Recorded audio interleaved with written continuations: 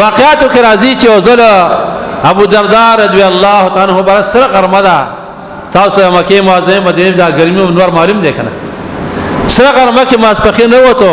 یو میدان کې ناس دی قران مقدس ور سره د قران تلاوت کوي چترې نشتا بوټي نشتا هیڅ نشتا خو د قران محبت ته تلاوت کوي پدې کې د يهودي دغه کور دی هغه د خپل کور نه چې وکاته ابو دردار رضی الله عنه پر سر نور کې ناس دی خله په بیګو د قران تلاوت کې پروايي نشتا د يهودي چې دا څنګه واقعات دي نور ته وګوره ګرمۍ ته وګوره او دا صاحب ناس ته د کتاب ورسره تلاوت کوي ځکه اسی طرح هم راغی انساني همدردي را چې دته په تکلیف را روان شو او چې کله راغی د خپل صادر سره واغستو او د عبد الدردار سره پر سره سونیو هڅه سونه په وی ولې وی ډېر ګرمي ده ابو دردار د الله مبارک خپل تلاوت پوره کو بیا بس کو يهودي لار کوړه خبر ختم شو چې کله شپه شو د يهودي ځان له کمره ده د بيبي ځان له کمره ده د لولو ځان له کمره دي چې ګوري بيبي را پاسه ده واخاون ته ورته کې قطه پورته څه چلے وې زنګ په کور کې आवाज کیږي یو قسم خوشبو ده आवाज قائنامدار محمد مصطفی صلی الله علیه وسلم با تشریف راوړی دی ناشتا خوشبو ده يهودي چې پاسه ده وای بيبي زما په کمر کې د आवाज کیږي خوشبو تراشه کنه هغه خور کمره حق کې د قواز ده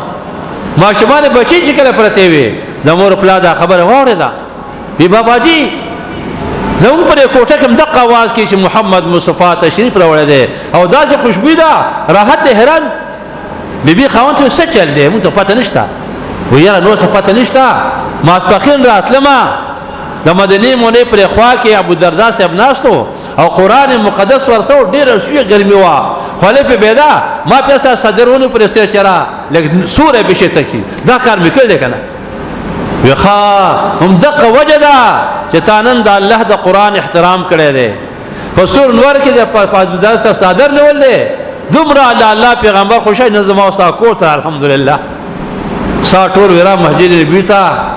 او نبی اسلام ته کې الله پیغمبره بس موږ ایمان او کلمه چې اشهد ان لا اله الا الله واشهد ان محمدن عبده ورسوله سوچ کوم مسلمان شب د يهودي د قران په احترام سره